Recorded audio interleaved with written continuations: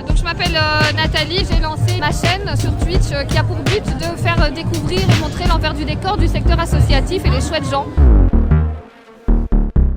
Bonjour tout le monde, du coup j'espère que vous allez bien. Donc ici les amis, je suis en direct de la Fondation contre le cancer, mais plus particulièrement au cœur de l'équipe active de Tabastop, puisque ça va être notre sujet du jour. Je vous le disais, je vous l'avais annoncé sur les réseaux.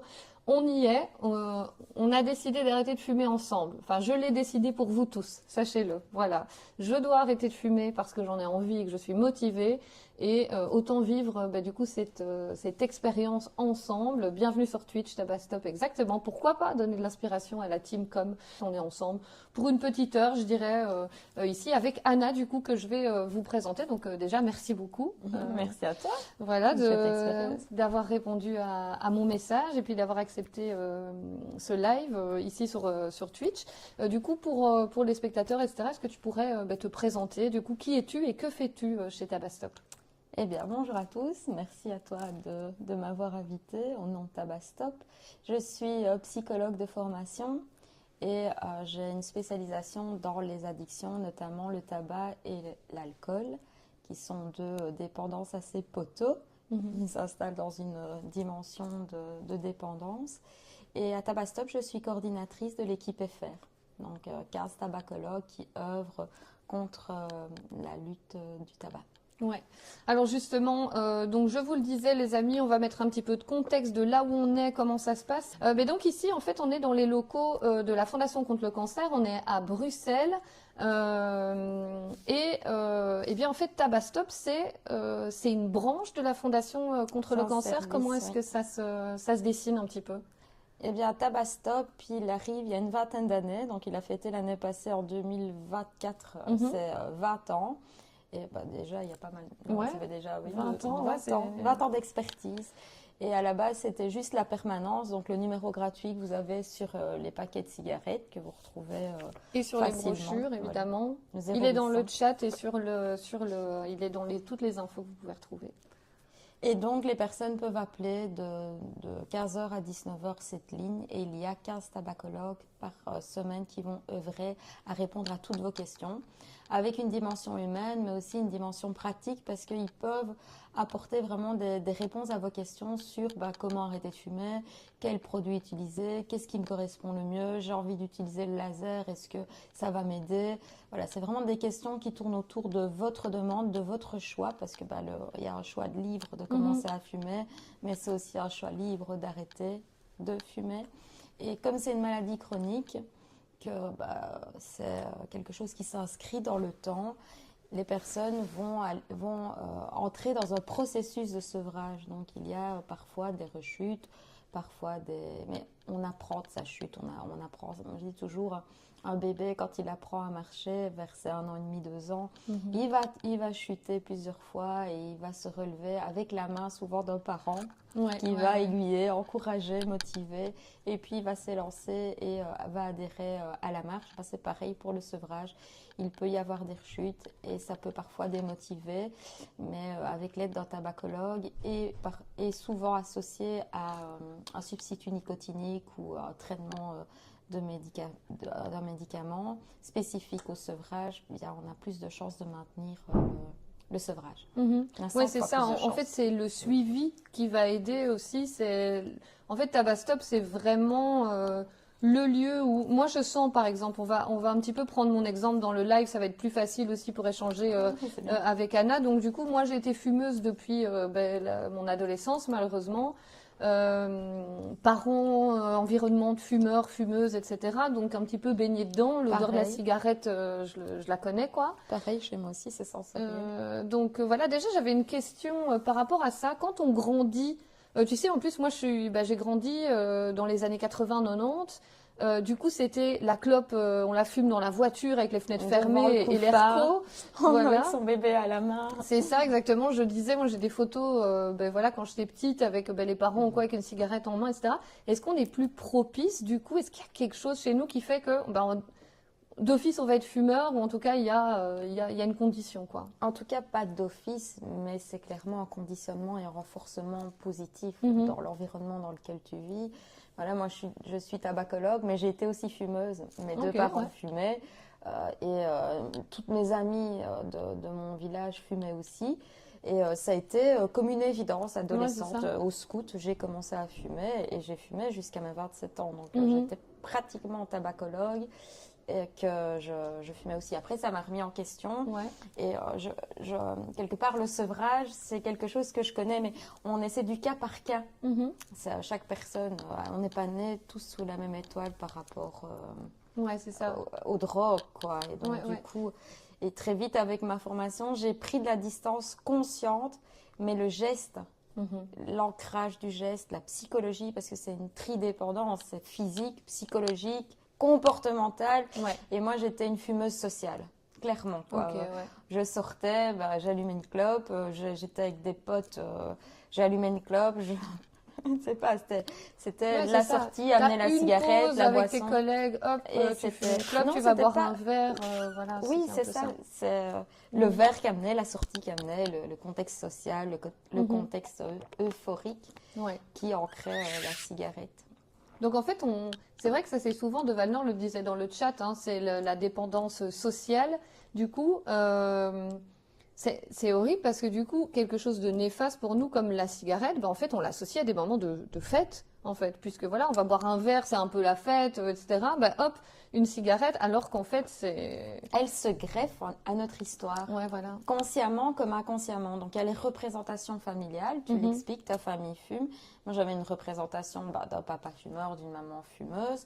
Donc, du coup, ou de mon environnement, en tout cas amical, fumeur.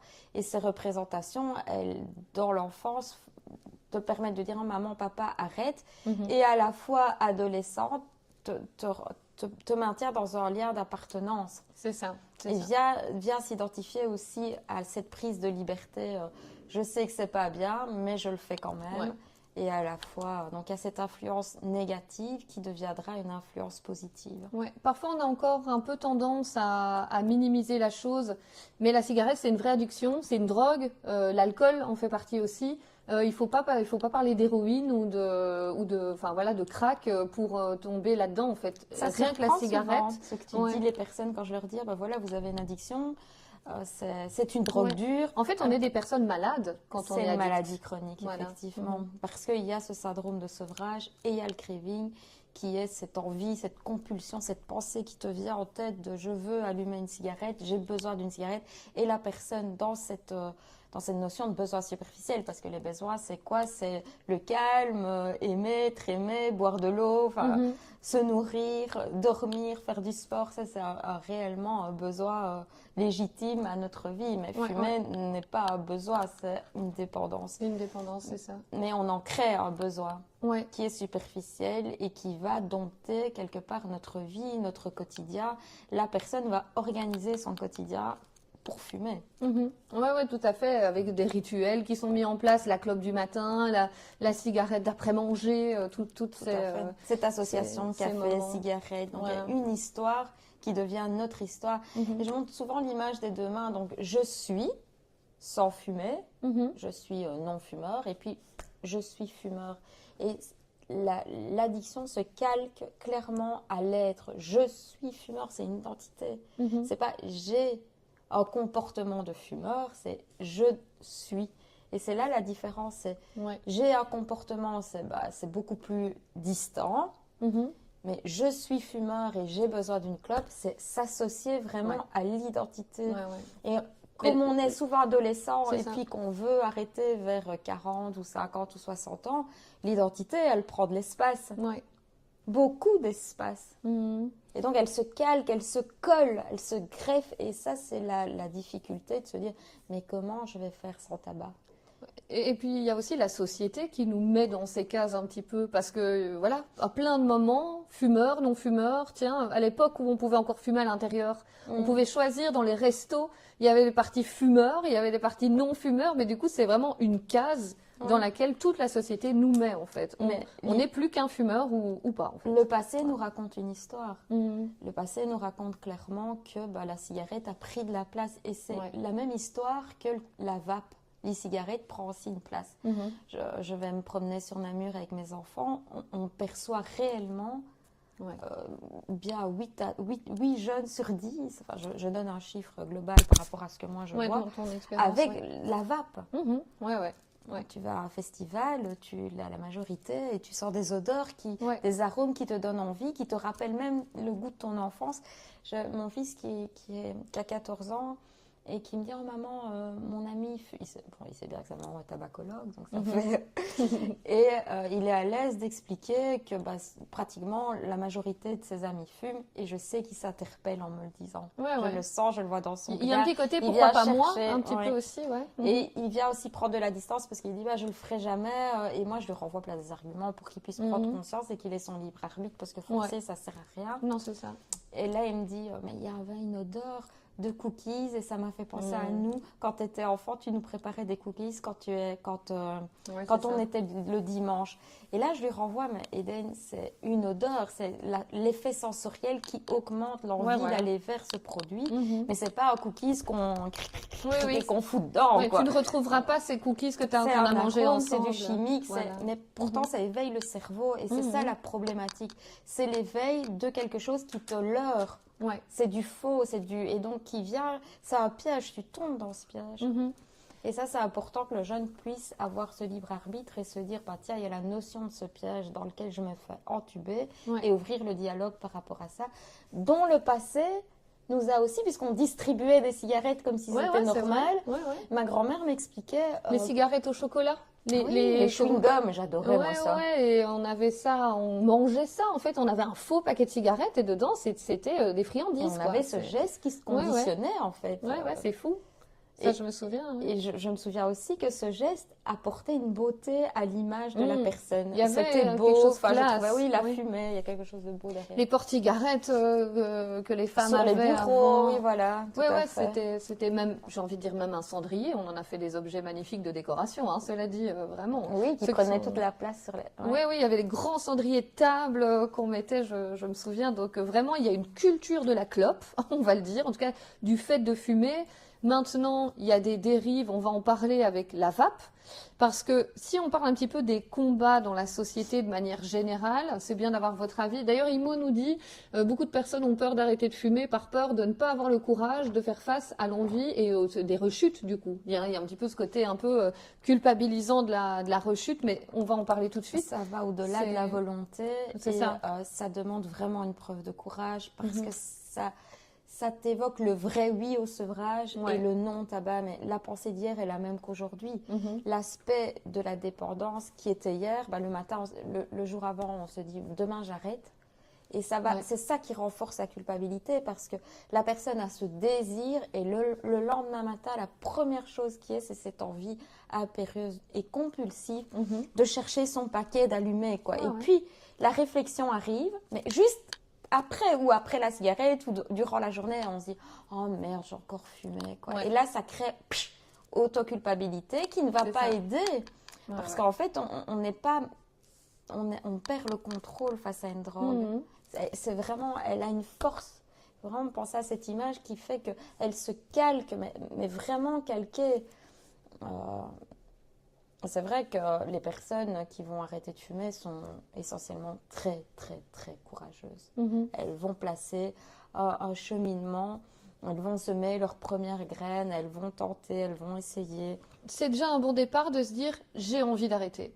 Oui, clairement. Mais tout est un bon départ. C'est le moteur, c'est la clé, c'est ce désir qui se dit, voilà, il y a plein de façons de pouvoir arrêter de fumer et je vais tâter un peu ma manière de vouloir arrêter de fumer. Mes raisons, les raisons principales, celles que je mets au-dessus et puis aller vers des influences positives. Sortir de ce contexte de 200, le geste c'est 200 fois par jour. 20 cigarettes… 200. Oui, donc à 10 fois une cigarette, fois 20, 200. Donc c'est un geste qui est très quotidien, qui est ancré. et qui est même pire avec la vape. Salut oui. Price, du coup, salut à tout le monde voilà, qui est là, même si vous êtes en lurk, etc. Bienvenue. Je suis avec Anna, du coup, qui est tabacologue chez Tabastop. Donc, clairement, on va parler de l'arrêt, voilà, qui est ma volonté. Donc, je remets un petit peu mon prisme. Moi, j'ai démarré, évidemment, dans les années 2000, je dirais, ouais, effectivement, vu mon âge, ouais. C'était des cigarettes, clairement. À l'époque, on avait encore les cigarettes menthol. Parfois, il y avait même des cigarettes fruitées, hein, les amis. Moi, j'ai fumé des clopes au goût de fraise, etc. C'était, je me souviens même au goût de chocolat, ils avaient sorti. Mais c'est des marques parfois un peu bizarres. Là, on n'était pas sur des grandes marques qu'on ne citera pas pour ne pas leur faire de pub, évidemment. On était sur des petites éditions qui parfois popaient. Tout ça, c'est fini, Tant évidemment. mieux. Tout ça, c'est fini en Belgique. En tout cas, il y a encore des pays dans lesquels il y a, je pense pays les de États-Unis notamment, vous avez toutes sortes de variétés de tabac. Évidemment.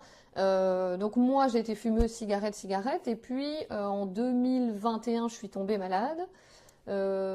Donc j'ai développé une maladie auto-immune. Je vais regarder par la suite de Valnor ce que tu nous as mis dans le chat. Et donc, moi, j'ai arrêté en 2021 parce qu'en fait, ma condition physique faisait que le même aspirer une cigarette, c'était trop dur. Parce que j'avais une inflammation très importante en termes de gorge, etc. Donc en fait, ma condition physique détériorée m'a poussée à arrêter de fumer et je me suis dit, bah en fait, pourquoi pas continuer. Mais c'est bien, c'est une allergie naturelle, le corps exprime réellement son besoin. Tu me fais du tort. Voilà. L'écouter, c'est un premier pas. Tu parlais des pas effectués pour aller vers le sevrage. Là, le corps te témoigne en toute pudeur et en... Tu peux plus. Voilà, et en toute bienveillance, parce qu'il faut rappeler qu'une personne sur deux, moi ça me glace quoi, le sang, une personne sur deux va décéder de la maladie du tabac quoi. Ouais. Donc c'est énorme, c'est de la roulette quoi. Toi tu vis, toi tu meurs, toi tu vis, toi tu meurs. Petite pensée à Louis évidemment. Et ben justement Price nous dit, moi je fume, j'arrête, je refume, c'est l'histoire de ma vie. Mais donc moi je suis partie de là, ce truc à me dire je suis hyper malade, puis bon à l'époque maladie auto-immune, Covid long, enfin en plus on était encore en pandémie, c'était vraiment très compliqué en termes de santé, j'avais pas de diagnostic et tout, et puis commencer à avoir un diagnostic, déjà psychologiquement tu vas mieux, donc il y a déjà un avancement, et puis j'ai commencé à avoir des traitements à gauche à droite, et donc ma santé s'est stabilisée. Et parmi les choses où j'ai recommencé à faire, malheureusement, bon, c'était aussi de revoir des amis, de réavoir une vie sociale, parce qu'avant j'étais enfermée chez moi, j'allais pas bien, etc. Commencer à sortir, on recommence. J'ai eu très très peur de mon premier verre d'alcool sans cigarette. Oui. Ça m'a traumatisée. Je me suis dit, mais comment je peux boire une bière sans allumer une cigarette ? Genre, vraiment, j'ai eu cette pensée, ça paraît peut-être bête, dans le chat, peut-être que vous ne fumez pas. Hein. Ils sont clairement alliés, quoi. Il y a quelque chose qui crée un lien très fort entre cette bouffée et ce petit coup. Ouais. Et puis, j'ai une petite redescente, tiens, je tire un petit coup, c'est une montée de dopamine. Puis, il y a une montée un peu de l'alcool aussi. Il y a une montée de l'alcool un petit peu quand on fume, on a l'impression d'être un peu plus pompette. Voilà. Tout ça, c'est assez fou. Et donc, en fait, ça a très bien fonctionné pendant tout un temps. Et puis, j'ai eu des périodes très difficiles. J'ai eu une rupture très longue et très complexe qui m'a complètement foutue dans le mal, psychologiquement. Ce qui fait que, en fait, j'avais envie d'une clope avec mon verre. Là, clairement, je me suis dit, mais tu sais quoi, vu que je suis pas bien, j'ai envie de me faire plaisir, malheureusement. Et associer le plaisir. Voilà. Et puis, en plus de ça, voilà. On se rajoute un problème. C'est une fausse croyance, quoi. Exactement. Et puis, par contre, puis situation familiale très complexe et très douloureuse, du coup, voilà, je recommence à fumer, sauf que il y a une nouvelle chose qui est arrivée dans ma vie que je n'avais pas avant en tant que fumeuse de cigarettes, c'est la vape.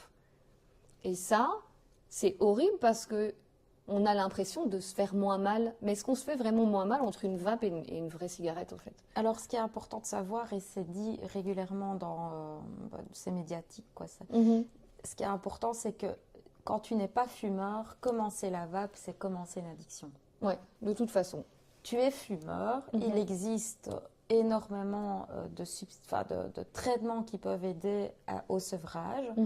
Et trouver la bonne manière, c'est aussi se dire, voilà, ça me correspond. Et c'est vrai qu'en troisième ligne, on peut utiliser la vape. Mais l'idée première, c'est aussi pour arrêter de fumer, donc on Ouais, peut ouais, l'utiliser. Mais pour arrêter de fumer, mais arrêter aussi la vape. On ne garde pas un substitut nicotinique, un patch toute sa vie. Ouais, On bien ne sûr. garde C'est pas... ça. Principe du sevrage par étapes. Quoi. Voilà. Mhm. L'idée, c'est d'être libre complètement et de pouvoir continuer à maintenir cet espace de liberté et de prendre du recul. Après, c'est l'histoire de cette je suis fumeur. Quand on arrête de fumer, ce qui se passe, c'est que la connexion reste. On devient un ex-fumeur. Et l'idée, c'est de chouchouter très fort son ex-fumeur. Plus on est bienveillant avec lui, plus on lui accorde une attention qui est privilégiée en termes d'influence négative et on continue d'avancer avec une influence positive, plus on va comprendre qu'il n'aide pas, il apporte un problème. Donc ça, c'est un problème. Quand tu dis j'ai eu ma sphère familiale dans laquelle je me suis sentie en souffrance, bien tu rajoutes une souffrance. Ouais. Tu ne règles pas le problème de Avec la famille. ça, ouais. Tu penses apporter une béquille. Et en fait, toute drogue est stimulée comme l'image d'une béquille. Ça va m'aider. Ouais. Mais souvent, quand tu fumes, c'est l'oxygénation. Donc, c'est ta respiration yoga qui fait que tu te détends toi-même. Mais là, tu obstrues tes voies aériennes. Tu apportes de la fumée tue et c'est un cercle vicieux. Et c'est vrai qu'elle est perçue comme une béquille. Elle vient stimuler clairement les circuits de récompense. Ouais. Mais très rapidement, ça rechute. Ton problème est toujours là, tu es toujours face à ton problème et tu t'es rajouté un problème. Donc, c'est important de comprendre que quand on arrête de fumer, on ouvre une porte, on fout la cigarette derrière, on referme la porte, mais cette porte, elle n'est jamais plus fermée à clé. Et la cigarette, elle est intelligente. Elle a une mémoire. Elle sait, en fait, elle te connaît. Mieux que quiconque, puisque ça fait un quart de siècle, un demi-siècle. Est-ce que c'est la nicotine qui crée ça ou c'est juste le geste, c'est psychologique en fait, qu'en fait on est addict toute notre vie?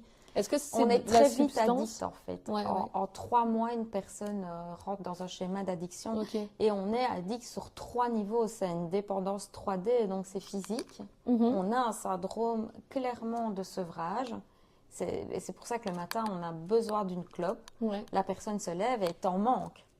Et en fait, elle va se détendre et se calmer et va lier cette détente et ce calme à la cigarette. Mais en fait, c'est le syndrome de sevrage qui doit être compensé, qui fait qu'on est plus détendu. Et donc, on se dit, oh, mais moi, quand je fume, je me sens vraiment bien, quoi. C'est un plaisir. En fait, c'est parce que c'est un plaisir parce qu'en fait, toute drogue, la personne va chercher son substitut. Et puis, il y a le craving. Et le craving, c'est ce qui va nous faire rechuter des années plus tard.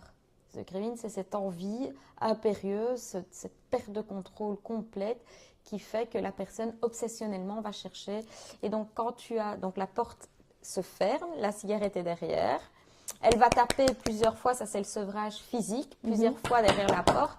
Ouvre. Et ça crée vraiment des tensions physiques, de l'irritabilité. Comme ça, c'est énervant, on a envie et en plus, ça te vient. Ça te vient, t'as rien, tu le vois pas venir. Mais ça crée, voilà, le manque est là, ça tape, c'est lancinant et ça crée du stress. C'est pour ça que c'est important d'avoir un bon traitement pour apporter au niveau physique, au niveau de la dépendance physique, vers un sevrage physique confortable. Et donc, elle va taper. Et ça peut durer 15 jours, 3 semaines, ça va dépendre des personnes. C'est des moments assez courts, ces moments où vraiment on a l'impression que si je fume pas maintenant, c'est la fin du monde, quoi. Ça, c'est dans les premières heures, premiers jours, vraiment, où on est à ce point en détresse, en fait. Première semaine, et ça va dépendre, en fait. Il y a l'irritabilité, les états dépressifs, des envies de grignotage ou de boire de l'alcool, de compenser pour pouvoir, ou de manger plus sucré. Donc, on vient stimuler le circuit de dépendance. Il y a des choses qui sont systématiques chez les gens, en fait. Par exemple, quand on arrête de fumer, moi, il y en a beaucoup qui m'ont dit « Ah ben moi, du coup, j'ai acheté des sucettes. » Parce que j'avais quelque chose en bouche, parce que machin. Mais donc, en fait, cette compensation vers le sucre, elle est systématique chez l'humain. La compensation peut être systématique parce que c'est tellement inconfortable ces semaines-là que on peut aller vers le sucre, l'alcool, l'influence qui va désamorcer la bombe de détresse Ouais, c'est ça. du côté ça tape, Ouais. quoi. On va recadrer. Mais ça passe. En fait, ça passe toujours et c'est intéressant d'avoir des influences positives. Quand on le sait, qu'on comprend que ça va taper, que ça peut aller jusqu'à 2 semaines, 3 semaines, que ça peut aller jusqu'à 10 à 15 fois par jour. Et alors, on comprend quand est-ce que ça tape pour désamorcer la bombe. Ça, c'est une stratégie, en fait, d'influence positive. Donc, bien analyser. Ah là, par exemple, j'ai super envie d'une clope. Bon, en même temps, j'ai rejoint mes potes à 17 € Ça bar. va passer. Voilà, mais je peux faire, hop, voilà. Je viens de me réveiller, je viens de prendre mon café, j'ai super envie d'une cigarette. Ok, c'est parce que j'ai l'habitude, machin. Donc, l'analyse, elle permet aussi quelque part de désamorcer la bombe, d'ouvrir la porte et d'aller l'ouvrir et de réallumer vite une clope parce que ça diminue justement cette réflexion. Et petit à petit, cette cigarette, elle va aller se mettre sur l'étagère. Seulement, ce sera jamais une affaire archivée. Enfin voilà, c'est un dossier qui reste au niveau amnésique dans votre cerveau avec un souvenir où dans ce souvenir, s'il est écrit vraiment ancré, elle aide mes émotions, elle est un schéma de béquille, c'était du plaisir, c'était quelque chose, moi la cigarette, j'y pense encore avec de la nostalgie. Donc s'il y a cette écriture faut casser ça en psychologique, fait, déjà de base. Voilà. Et ça, c'est le tabacologue qui va vraiment aider à se dire, tiens, Nat, qu'est-ce qui se passe là Il y a eu cet espace, cette sphère de souffrance, parce que l'humain, il est tout le temps en mouvement. Tu as ton mouvement qui est de l'ordre négatif, et puis tu as ton mouvement, tu es dans tes forces, et tu es dans le positif. Donc tu vis perpétuellement un état, et tu traverses ça. Tu traverses ces états de mouvement positifs, négatifs. Et voilà, c'est le fleuve, paisible, pas paisible. Tu arrives sur une petite île, et puis le tsunami, et tu prends ta barque. Mais la vie, c'est un peu ça, quoi.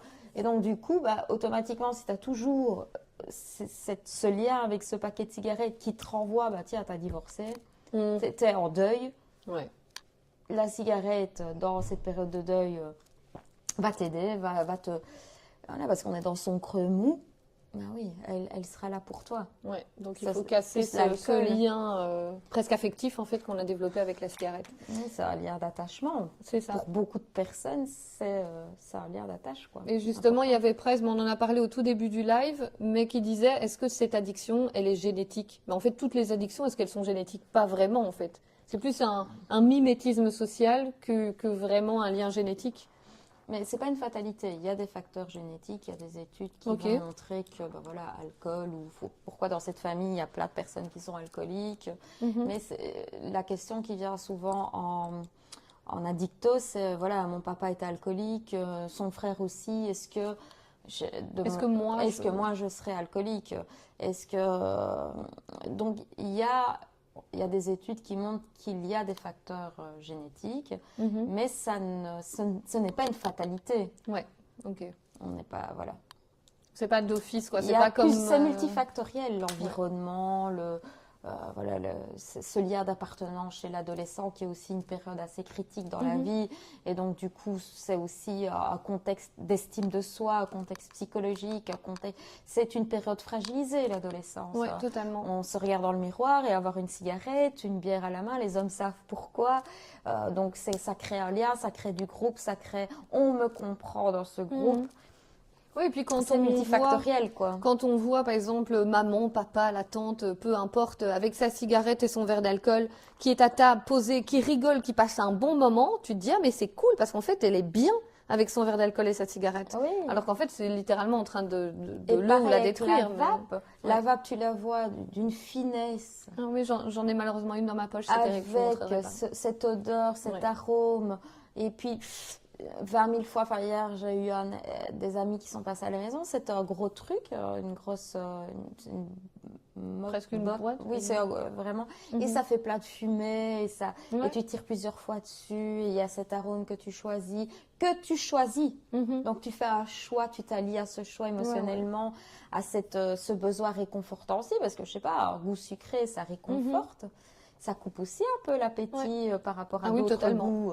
Parce que tu l'as en bouche, ça active aussi des aires Moi, c'est vrai que parfois, pour vous dire Bien à quel étudié. point je pense que je suis addict, je sais pas, mais si je suis occupée à bosser, que je suis en train de faire quelque chose et qu'en fait, j'ai pas le temps de me faire à manger, ou je me dis non, mais il est midi, t'as faim, attends 13 heures, machin, nana, j'ai pas forcément de problème ni avec mon poids, ni avec le fait de manger, mais parce que je suis focus sur quelque chose, ben, je vais peut-être limite fumer plus, tirer plus sur ma vape, parce que ça va être un coupe-faim, que de me dire, bah, en fait, c'est bon, peu importe l'heure, tu te lèves, tu vas te faire à manger. Mais donc voilà, il y a aussi, on voit qu'elle essaye d'être un substitut à des choses qui, en fait, sont bonnes pour nous. Manger n'a jamais été mauvais à partir du moment où on mange bien, etc., évidemment. Mais je dis pas d'aller chez McDo tous les jours, mais vous faire à manger sainement à midi, c'est OK, et pas besoin de remplacer ça par une cigarette. C'est complètement. Mais je crois que c'est l'addiction qui nous fait avoir des comportements qui sont parfois pas logiques, en fait.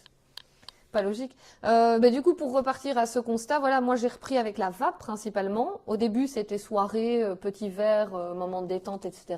Maintenant, c'est tous les jours. En fait, ça devient comme une cigarette classique. Tu te lèves, tu vapes. Le geste. Avant de coucher, hop, je vais tirer ma petite taf avant de. Puis en plus, la vape, elle a ce côté où ça sent bon. Ça sent pas le vieux cendrier dégueulasse. Donc en fait, on la fume un peu partout, de manière très facile. Je prends l'exemple, je pourrais tirer 2 tafs sur ma vape ici, Anna serait pas avec moi dans la pièce, elle rentre, elle ne le sait pas. Je tire 2 tafs sur une cigarette, elle le sait, évidemment. Il y a ça aussi. Je parle par exemple des cas pour les adolescents et tout ça, qui eux, peuvent fumer discrètement une vape dans leur chambre. Voilà. Nous, à l'époque, pour fumer une clope à la fenêtre, je peux vous dire qu'on faisait presque de l'alpinisme. Oui, et puis tes doigts, tes vêtements, les cheveux. Tu sens, Ouais, tu te fais tout de suite.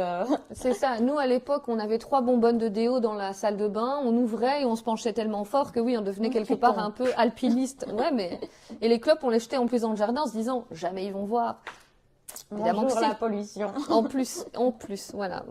Après, je suis pas sûre que le plastique des vapes et les cartouches soient meilleurs, loin de là, mais c'est vrai que de toute façon, là, je crois que en une demi-heure, on vous a déjà prouvé par A plus B que fumer, c'est nul. Voilà, et que c'est pourri pour tout. Mais justement, pour rentrer dans le vif du sujet de l'arrêt, comment est-ce que ça se passe? Moi, j'ai décidé demain de me dire j'arrête de fumer. Je peux contacter évidemment Tabastop.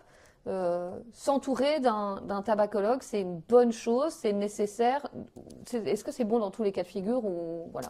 Mais déjà, dans ta question, tu dis arrêter de fumer, comment ça se passe? Ouais. Là, Il y a déjà un stress un peu. Il y a déjà ce besoin de, c'est un objectif, arrêter de fumer.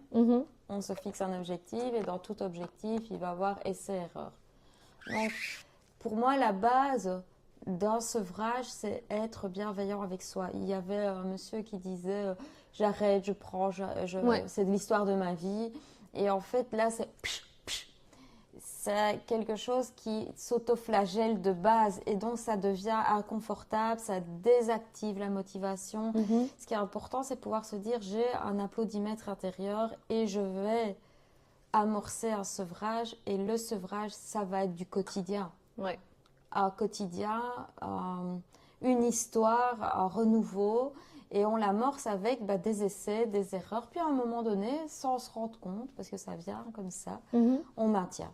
Ouais. Et qui sait, dans 10 ans, on reprend. Mais c'est OK, en fait. Enfin, les rechutes, elles font partie de du l'histoire. processus. Voilà. C'est clairement une maladie chronique. Moi, je m'en veux. Après 3 ans d'avoir repris. Oui, et parfois on reprend après 20 ans, après 15 ans, après 50 ans, je sais pas moi. Et parfois on ne reprend jamais. Pensez, je me prépare à arrêter, pensez positivement. Voilà, c'est une clé du succès. En fait, la confiance en soi devient une clé du succès. Et la confiance en soi, c'est quoi? C'est une façon de penser. C'est une clé qui va ouvrir une première porte où tu t'engages à penser différemment, à penser sans tabac, à penser émotion sans béquille, à réactiver ton être face à tes souffrances, à ton mouvement de vie sans le tabac. Et donc, tu parlais qu'on est attaché affectivement à cette cigarette. Quoi. La majorité des gens vont parfois même, en analyse tabacologique, la défendre pendant une demi-heure. Ils vont parler d'elle, de cette cigarette, de ce bâtonnet blanc. Et quand on leur renvoie ça, ils sont un peu surpris de voir à quel point. Oui, en fait, elle prend une place énorme, je la défends parce qu'ils ont peur justement. Comment je vais faire sans elle? Ouais. Il y a des personnes qui disent bah, je vais mieux aux toilettes avec la cigarette. Donc il y a tellement d'arguments autour Les fameux 3C du matin, évidemment.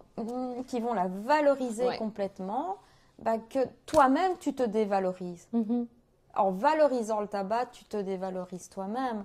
Or, l'idée, c'est que tu puisses réactiver ta capacité sans jugement, de C'est ça. faire sans, de pouvoir arriver à faire sans, avec le traitement qui te convient le mieux. Et une personne n'est pas l'autre. Il y a des personnes qui vont arrêter avec de l'hypnose, le laser. Le tout, c'est être conscient qu'il y a des traitements qui sont prouvés scientifiquement et qui font que neurologiquement, il y a des études sur les cerveaux qui montrent qu'une médication va agir de cette manière Ouais. et va te donner la possibilité d'avoir un sevrage physique beaucoup plus confortable. L'état hypnotique, qui va aussi activer des ondes au niveau cérébral qui peuvent aider aussi la personne avec un hypnothérapeute spécialisé au niveau du tabac. Voilà. Il y a des... Mais non, on voit beaucoup le laser là qui arrive, cette espèce de un laser fort dans portage, l'oreille. Oui, tout à fait. Alors voilà, quand on est conscient du choix, c'était le discours que j'ai tenu pour Ouais. la RTBF. Clairement, quand on est conscient de son choix de traitement et que on se joint à le laser, ça me convient et c'est une croyance qui peut avoir un impact sur moi parce qu'il y a cet effet du coach qui va amener vraiment un C'est ça. discours par rapport au sevrage. Il y a cette croyance autour. Voilà, ça peut être tout à fait un point positif d'arrêter de fumer avec le laser, en sachant que c'est pas prouvé scientifiquement. C'est ce que j'allais dire. En fait, est-ce qu'on est sûr que... Alors déjà, de 1, ça marche pas chez tout le monde. Oui, déjà. c'est sûr, mais si et ça évoque puis, en toi et que ça résonne ouais. quelque chose en alors toi, tant mieux, on moi y je va. préfère dire allez là où vous allez Ouais, potentiellement faire ce premier pas de sevrage. ouais. L'idée, c'est faire un premier pas de sevrage. Donc, que ça fonctionne ou que ça ne fonctionne pas, si ça fonctionne, c'est tout bénef. Si ça ne fonctionne pas, il y a d'autres palettes à découvrir. Il y a sûr. plein de couleurs. Et C'est pareil pour le sevrage. Et est-ce que justement, on parlait du fait de passer par exemple de la cigarette à la vape dans l'un des processus, est-ce que, peu importe la manière, mais diminuer, c'est une bonne idée ou c'est une fausse bonne idée en Alors, fait je vais répondre que c'est pas une bonne idée. Pourquoi? Parce qu'il y a l'autotitration. Donc, Ok. l'autotitration, c'est quoi? C'est que votre corps va être en demande. On va se rappeler de ce syndrome du sevrage. Et donc, vous allez vous dire, voilà, je fume 15 cigarettes. Aujourd'hui, je vais m'en programmer 5 ou 6. Vous allez... Ouais, les 5-6, elles vont être Elles vont être fumées en deux. pompées, et Ouais, donc ouais. le CO2, tous les produits, toute cette fumée, vous l'emmagasinez d'un coup comme Limite ça parce encore que le plus cerveau, ouais. vous la chauffez bien. Mhm. Et parce que le cerveau est en manque, le corps est en manque, c'est physique, vous allez avoir besoin de la dose dont votre corps réclame, il s'autorégule naturellement. Donc vous allez pomper, puis vous allez peut-être aller vers le sucre parce que vous allez être agité, parce que voilà, entre la première et la troisième que vous allez prendre ou la deuxième, c'est un laps de temps qui est trop long pour vous. Et donc ce qui est intéressant avec les substituts nicotiniques, c'est que le patch, si vous utilisez le substitut nicotinique, va diffuser progressivement de la nicotine, progressivement. Et donc, du coup, le corps va désamorcer les tensions. Il va se sentir à l'aise, il va avancer vers un schéma beaucoup plus confortable. Donc, en fait, pas de vape, pas de diminution, mais des substituts nicotiniques style chewing-gum à la nicotine ou patch, c'est mieux. Pas ou et. Donc, pourquoi? Parce que le comprimé, la gomme, le spray, c'est quand on a des pics très élevés de manque. Ok, donc ça, ça tape. C'est le truc. Et donc là, même la nicotine progressive du patch ne sera pas suffisante. Donc, tu as un problème au niveau du travail, il se passe un gros stress à l'intérieur de toi. Généralement, tu prends ta clope. Même si tu as ta dose de nicotine, c'est pas suffisant parce que ta clope est une béquille psychologique. Oui, de toute façon. Donc ton cerveau va faire tac, tac, tac, tac, et là ça va pas être confortable. Et ce qu'on propose aux personnes dans le sevrage, quand on apprend à désamorcer les bombes, là, le tac, tac, tac, tac, c'est de prendre le comprimé en plus, donc soit de 2 mg, soit de 4 mg, en fonction de ton niveau de dépendance, si tu es très dépendant, moyennement dépendant ou faiblement dépendant. Donc, c'est une étude de profil, quoi, de qui tu es par rapport, je suis fumeur, je suis très dépendant au niveau comportemental, j'ai besoin de ce geste, j'ai besoin de rouler. Ouais, J'ai besoin, ça caresse la bouche d'une manière affective. ouais, Donc, c'est vrai. c'est un moment de réconfort, c'est le soir, chez moi, dans ma véranda. J'ouvre la Mhm. fenêtre, les enfants sont au lit, c'est mon moment à moi. Et ce moment, il est précieux. Et la Ouais, personne le défend, ce ouais. moment. Mais elle défend quoi? Le je suis. Je Ouais, suis parce avec moi-même. on s'est identifié, même plus comme étant nous-mêmes, mais comme étant juste un fumeur, quoi, en fait, c'est Ouais. ça. Et or, derrière ça, la personne, quand elle voit de haut, qu'est-ce qu'elle dit? Bah, c'est une maman en surcharge. Ouais. C'est une maman qui a donné toute sa journée, travail, les enfants le soir, etc. Et que dans sa prise de distance avec la maman et cette charge émotionnelle, cette charge de vie quotidienne, Ouais, ouais, totalement. cet instant qui dure à peine que 5 minutes, c'est le sien. Mhm. C'est le sien et il n'y a personne et elle va défendre ça. Mais elle défend, en défendant ça, elle défend la fumeuse quelque part. Elle lui donne un impact de valorisation au détriment de la femme. Mhm. Or, quand tu reviens à ça et tu dis, mais en fait, vous êtes en train de nous planifier tout un discours hyper enjoliveur sur la cigarette et c'est juste la femme qui est en manque de ce besoin. Mhm. Donc, vous venez exprimer un besoin de calme qui, lui, est réellement Ouais, à satisfaire ouais. avec vous-même. Et ça peut être un moment, donc là on est dans l'influence positive, je me réinstalle, pas dans la véranda, parce que c'est ancré, la C'est pièce est ancré, ancrée, ouais, ouais. dans une autre pièce, avec peut-être une tisane, avec quelque chose qui est positif, où je prends le temps d'aller courir, où je prends le Mhm. temps de faire quelque chose pour moi, de position, et les gens vont, de position yoga, et les gens vont commencer tout doucement à s'interpeller, se dire, bah oui, mon besoin primaire est pallié par une dépendance. Je crois en fait que je prends soin de moi, mais Mhm. non, je m'ajoute un problème parce qu'une personne sur deux va décéder de sa consommation. Ouais. Une personne sur trois, donc si on enlève le tabac, on enlève un tiers. Ça aussi, ça m'a gelé quand j'ai gelé le sang quand j'ai appris les chiffres. Un tiers de cancer. Et le cancer Ouais. des poumons, je ne sais Ici, pas. ouais.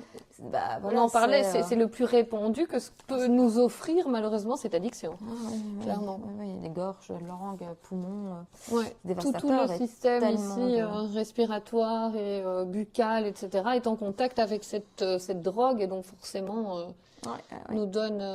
Oui, pas mal faite cette brochure. Ouais, franchement, c'est hyper intéressant. Donc, n'hésitez pas aussi, vous pouvez aller de toute façon sur le site, soit de la Fondation, soit sur Tabastop directement, tabastop.be, c'est dans le chat, donc vous n'hésitez pas, si vous avez besoin d'infos. Ce que j'aime bien, c'est cette idée-là. Aujourd'hui, j'arrête, il faut fixer une date, c'est important. Ça, du coup, en fait, comme tout objectif, si maintenant, demain, j'ai envie de me remettre au sport, je me dis, j'arrête de le dire tous les jours, mais plutôt, je me dis, le 1er avril, j'y suis, quoi. En fait, même psychologiquement, ça aide aussi Tout à fait. de se mettre ce genre de petits rituels, en fait, pour arriver à l'objectif final, quoi. Mais tout objectif est ritualisé. La Ok. vie est ritualisée. Ouais, ouais. Fumer est un rituel d'ancrage aussi. Ouais. Ouais, et du coup, le budget tabac, évidemment, Énorme. on en parle, c'est énorme. Il y a l'augmentation du prix du tabac qui se fait constamment. Moi, je vape, on est passé à des prix en dessous de 10 euros à plus de 12 euros maintenant, en quelques temps, hein, en quelques mois, ce qui est une bonne chose parce que ça peut dissuader les plus jeunes, mais moi qui ai malheureusement un pouvoir d'achat, ça me fout juste voilà, là où je pense. Parce que du coup, l'addiction, en fait, l'addiction, enfin, ça c'est un peu ma réflexion personnelle, mais une addiction, par tous ses aspects, elle ne peut que te tirer par le bas. Et par ta santé, et économiquement, et psychologiquement. Voilà, elle te fait croire qu'en fait, en fumant, ça va aller mieux, mais en fait, non, ton problème, il reste toujours là. J'essaye de résumer plus ou moins. Bon, tu pourras me dire si j'ai bien appris par la suite. Mais donc voilà. Je réfléchis un petit peu. Si vous avez des questions aussi dans le chat, n'hésitez pas. Il y a aussi des brochures. C'est bête, mais cette petite brochure ici, elle est hyper sympa parce qu'en fait, il y a plein de petites questions et je trouve que c'est des étapes assez, même à se faire dans sa tête, qu'on soit aidé ou non par cette brochure. Mais par exemple, quelles sont les activités qu'on a envie de faire pour se changer les idées? En fait, c'est bien pour nous de se poser 5 minutes et de réfléchir à ça. C'est un développement personnel aussi, la vie. Ouais, c'est ça. Hein. Et un sevrage, c'est aussi se développer différemment, c'est grandir, c'est une croissance, un sevrage. Pour ceux qui prend soin de sa santé, c'est le plus beau cadeau qu'on puisse s'offrir à soi-même. On prend soin de sa santé physique, psychologique, comportementale. C'est un retour à soi complet. D'ailleurs, si vous écoutez aujourd'hui Nathalie, qui est à la Fondation Contre le cancer pour le service de Tabastop, c'est que vous plantez déjà des petites graines de désirer de prendre soin de cette santé. Ouais. Parce que quand on ne l'a plus, c'est là pour côtoyer, voilà, on travaille à la Fondation contre le cancer, c'est côtoyer la maladie.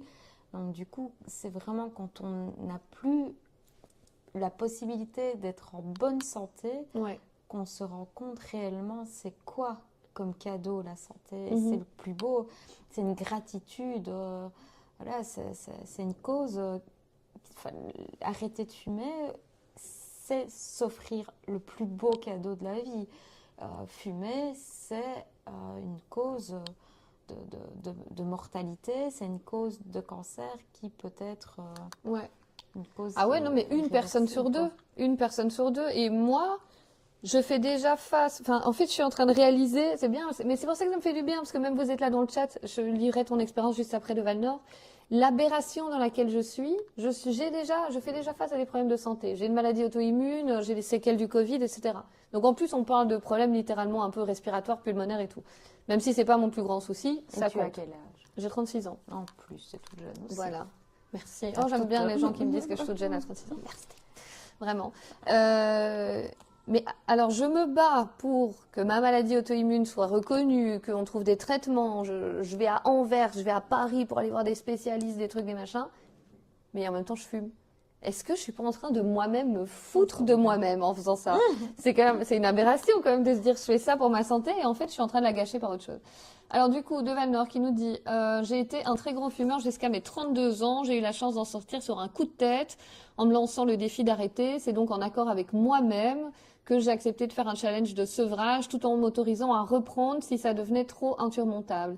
Après 2 semaines qui ressemblent à une grosse grippe, je me suis dit que j'avais fait le plus dur et j'ai continué. Et aujourd'hui, je me sens totalement libérée, même s'il m'arrive encore de fumer quelques fois, mais c'est très très rare, quoi. Mais c'est un beau témoignage. Ouais. Parce qu'il y a de la bienveillance envers soi, il y a du juste, tout est juste. Il y a une prise de recul assez importante. Mais elle reste toujours présente comme ça, Ouais, de c'est temps ça. en temps. De temps en temps, une Ça petite voit ce cigarette, lien qui est toujours... ouais. et je le comprends tout à fait, en fait. Et toi, tu parlais de Valnor, là, d'une très grosse grippe. C'est vrai que moi, il y a 3 ans, quand j'avais arrêté, il y a 4 ans, Ça du coup, bouffe, maintenant, hein. j'avais arrêté de fumer. J'étais malade. Mais vraiment des trucs. Déjà, j'avais des sueurs froides pendant la nuit. Et la fumée, Ça, c'est les produits fou. toxiques. Qui Et le s'échappe, corps en fait. qui, oui, Ouais, ouais. Ça, qui c'est déjà associe fou. ça. Et puis, oui, je toussais beaucoup. En fait, ce qu'on dit, je crachais mes poumons. Mais c'est un peu toute l'horreur que tu as accumulée dedans qui ressort. Est-ce que, si moi, j'ai fumé pendant 15 ans, c'est déjà trop tard? Il y a des gens qui pensent ça parfois. Ouais, mais bon, foutu pour foutu. En fait, Oui. c'est terrible ça. Quand on réagit à ça, on se dit non, mais c'est bon, de toute façon, d'office, je vais mourir d'un cancer. Ou alors, et moi, je l'ai déjà dit pour rigoler, Il je n'est jamais fume trop tard. et je dis, d'arrêter. bah, de toute façon, comme ça, je sais de quoi je vais mourir. C'est atroce de dire ça. Hein. On est vraiment, parce que le jour où ça va arriver, on va pas rigoler. Mais c'est aussi défendre sa drogue quelque part. Ouais, c'est ça. C'est défendre cette part de soi-même Mhm. et c'est prendre de la distance. C'est sûr qu'un sevrage, ça demande vraiment du temps avec soi, du temps de prise de recul. Ça demande de Ouais. j'ai pas envie de dire de l'effort, mais du courage en fait. Mhm. Vraiment du courage, c'est une remise en question. C'est du quotidien, c'est maintenir un sevrage. Moi, je trouve que les gens qui vont vers le sevrage sont tous très courageux, quoi. Ouais. C'est une affirmation, oui au sevrage, non au tabac. Et ça crée une fierté, un applaudimètre intérieur de fou. Et c'est marqué sur le visage des personnes. Donc moi, je pense qu'il est jamais trop tard. J'ai j'ai des patients qui ont 69, 70 ans. Il y a un témoignage d'une dame qui a 69 ans et qui a appelé la ligne Tabac Stop parce que voilà, en perte de courage, en pensant vraiment qu'elle n'y arriverait pas, cette autoflagellation, ce manque de confiance Ouais, qui c'est te ça. torture et tu continues à fumer avec même t'as même plus envie de fumer, mais tu fumes parce que c'est une dépendance et tu profites même pas en fait. Ils le disent clairement et donc c'est un aspect tellement négatif sur ta journée que oui, Ouais. arrêter de fumer, tant psychologiquement que physiquement et comportementalement, ça a un impact positif, quel que soit le nombre d'années de fumage, l'âge que tu as. Ouais, totalement. Et en plus, le pire, c'est que je prends un exemple qui est très féminin quand même aussi, c'est cette peur de prise de poids quand on arrête de fumer parce qu'on va compenser avec la nourriture, etc. Sachez qu'aujourd'hui, j'ai grossi alors que je fume. Et quand je fumais pas, j'avais un poids je pense, me va mieux. Mais même si je peux pas me plaindre aujourd'hui, mais enfin, comme quoi, parfois, ça n'a juste rien à voir. C'est le psychologique quand il va pas, il faut pas trouver d'excuses en fait.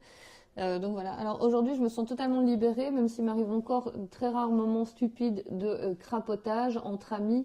Je n'entends plus le toc-toc à la porte. Je me considère chanceux et ne redoute plus trop, à tort, le retour de cette addiction. Bah, tant mieux si tu le redoutes pas. Ça veut dire que c'est plus dans tes pensées. Enfin, je pense en tout cas que c'est une bonne chose. Moi, ce que je vous propose, en tout cas les gars, c'est que comme j'ai envie qu'on vive un petit peu cette expérience ensemble, mercredi matin, je relancerai un live, on fera une petite revue de presse et tout machin, mais on reparlera de ça, on reparlera déjà de cette interview, mais on reparlera aussi parce que j'ai envie de faire ça avec vous, parce que j'ai besoin d'être accompagnée, je le sens bien, et je me dis d'utiliser ma communauté, ça peut être chouette, en plus d'être en contact ici avec Tabastop, mais pourquoi pas répondre aux petites questions qu'il y a ensemble à ça, et on fera le suivi ensemble au fur et à mesure, semaine par semaine. Je vous dirai, tiens, est-ce que j'ai fumé aujourd'hui, est-ce que j'ai pas fumé, est-ce qu'on va se fixer une date ensemble aussi, de se dire ce jour-là. Te suivre si tu veux, franchement, par avec téléphone plaisir. à Tabastop, et comme ça tu as un retour. Ouais, carrément. Je peux te donner quelques petites astuces.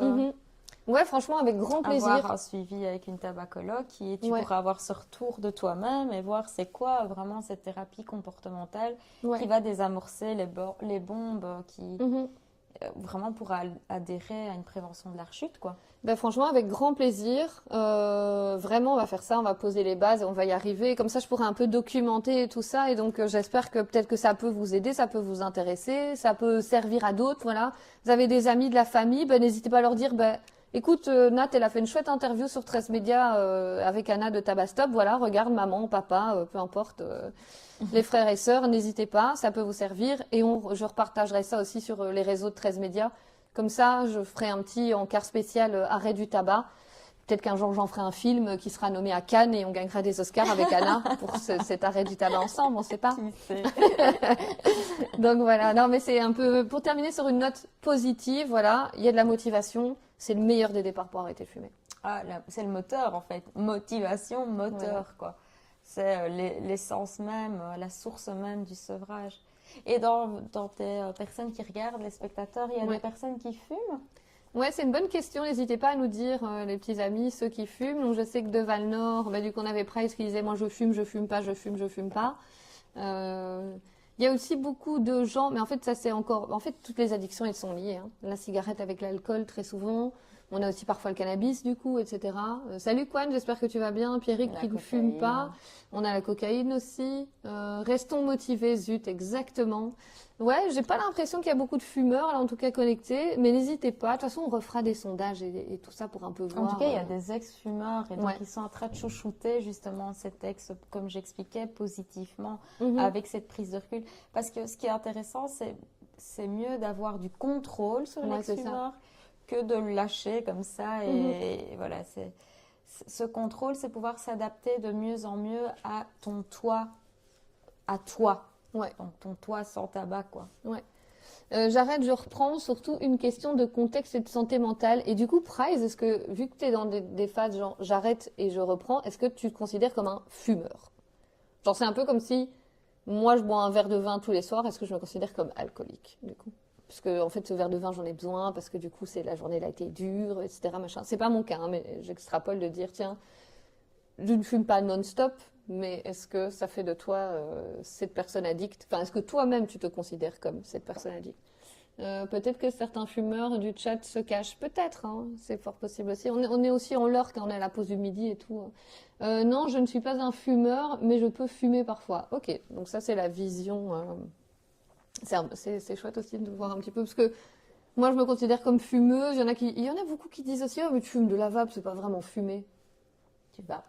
Ouais, c'est ça. C'est devenu un nouveau, comme si en fait il y avait deux, et pourtant le processus et l'addiction et les maladies que ça encourt sont les mêmes. Oui, c'est donc en fait c'est une même bulle, la vape et la cigarette classique. J'allais dire, on n'a pas assez de recul en plus sur les produits que la vape peuvent nous donner en termes de santé. globalement, On ça... n'a pas assez de recul, mais en tout cas, il y a de plus en plus d'études qui Ouais. sont sorties et qui montrent clairement que ça produit des maladies respiratoires, Mhm. que voilà, c'est néfaste pour le corps, quoi. Diminution des artères hyper rapidement Mhm. chez les jeunes. J'ai vu un reportage de France Télé il y a quelques semaines. Et c'est une réalité, quoi. Ils Les faisaient gens des tests physiques, donc comme chez le cardiologue, si vous avez déjà été faire des tests, genre vous êtes sur le vélo, etc. Puis alors il vous met un Doppler sur les artères pour voir un petit peu. Eh ben, il disait, même sur des ados de 16 ans, les artères diminuaient très vite parce qu'ils vapent. Ça fait peur en fait, c'est presque même plus rapide que la clope. Moi, je vais chez le cardiologue d'ailleurs au courant du mois de février, donc ce sera l'occasion de faire un check-up complet et de voir aussi avec elle. Voilà, je lui poserai aussi probablement des questions sur l'arrêt de la cigarette, comme ça Ok. voilà, vous avez vraiment le check-up global. N'hésitez pas, si vous avez envie de m'envoyer chez un autre spécialiste, je serai votre envoyé spécial de l'arrêt de la clope. Donc voilà. On va s'arrêter là-dessus. J'avais promis à Anna 1 heure, etc. Ah voilà, on a une question. Quand je fumais, je gardais de côté le livre Alan Carr. de Alan Il y a Carr. beaucoup qui Ouais. ont arrêté, J'avais rigolé sur les premières pages et j'ai jamais lu la suite. Mais est-ce que c'est vraiment aussi magique que ce qu'on dit? On me l'a conseillé aussi d'ailleurs. Ça, c'est assez Mais c'est encore l'idéal, c'est vraiment de se dire l'idéal. fou. Mhm. La possibilité d'ouvrir toutes les portes qui mènent au sevrage. Il y a effectivement des personnes, parce que ça conditionne le cerveau, la lecture Ouais. va vraiment te permettre de prendre de la distance avec cette dépendance qui vient de se calquer à ton soi. Et il l'explique, il utilise beaucoup de métaphores, donc tu peux t'approprier la métaphore. C'est ça. Ce qu'il y a, c'est que le livre ne travaille que la dépendance psychologique Ok. et va aborder la dépendance comportementale, Mhm. mais pas la dépendance physique. Ouais. Et chez certains fumeurs, la dépendance physique est bien plus élevée que C'est la ça, en dépendance fait. psychologique. Mhm. Donc il y avait un monsieur qui parlait, ben moi c'est plutôt tout mon aspect mental qui Ouais. m'aide pas. Donc il vient déjà de donner sa réponse à lui-même. Et sa réponse, c'est ben mon psychologique est plus vulnérable et plus fragilisé. Ouais. Donc du coup j'ai besoin justement de me conditionner, de me renforcer sur ce contexte-là Ouais, voilà. pour pouvoir me donner le plus de chances et le plus de ressources possibles par rapport à mon sevrage. Et d'autres, bah, le craving, cette envie est tellement forte, cette dépendance physique t'envahit, tant dans l'irritabilité, dans l'état dépressif, C'est ça. dans ce comportement de douleur Mhm. physique. Il y a des personnes Salut, Nébel. qui vivent ça douloureusement. Mhm. D'autres vont expectorer aussi, vont tousser beaucoup parce que tu craches justement Ouais, c'est vrai. tout ce qui est là. Ça dépend, c'est du cas par cas en fait. Et un sevrage, c'est tellement personnel. Ton sevrage ne sera pas le même que ton voisin. Mon sevrage n'est pas le même que Nathalie, n'est pas dans la même époque, n'est pas dans la même trajectoire. Qui sait qu'à Ouais, mes totalement. 43 ans, enfin j'ai commencé ici, j'avais 38, ouais, à peu près 38, 39, j'en ai 43. Personne ne croit que tu as plus que 38-39 dans le chat, c'est ok. Pas soit, quel que soit, mais en tout cas, qui aurait pu croire qu'à 27 ans, je me retrouverais à travailler les addictions avec une clope au bec, quoi, Ouais, tu ouais, vois. c'est vrai. Mais c'est aussi une Et aberration, comme moi qui suis malade et qui fume en plus dessus, Voilà, quoi. c'est ça, ouais, ouais. tu vas apprendre vraiment de toi. Et c'est ça, le plus beau cadeau, c'est ce que j'expliquais qu'on puisse s'offrir, c'est cette possibilité de réactiver, de reprendre la main sur ta santé, Ouais. sur ta propre liberté, sur ton propre choix, ton libre choix, qui est un cadeau extraordinaire. Gratitude à Totalement. ce libre choix. Parce qu'une dépendance, c'est mains et pieds liés. Mhm. C'est ça, c'est tu te lèves le matin, tu fumes, tu vas dormir, tu fumes avant d'aller. Il y a des gens qui se réveillent aussi la nuit parce que le manque est là, c'est physique chez eux. C'est fou, hein. Et Ouais, ils ouais. vont aller fumer, ils ont le paquet ou leur vape à côté et ils vont tirer dessus puis se réendormir. Voilà, et combien de personnes ne sont pas décédées en fumant en voiture? La cigarette qui tombe, tu vas te la ramasser comme C'est ça. vrai, et tu te ouais, tapes un- ouais. C'est aussi un contexte on ne réfléchit pas toujours à Ouais, ça. non. L'alcool, pareil, on a peur. Enfin, moi, je suis maman de 3 enfants.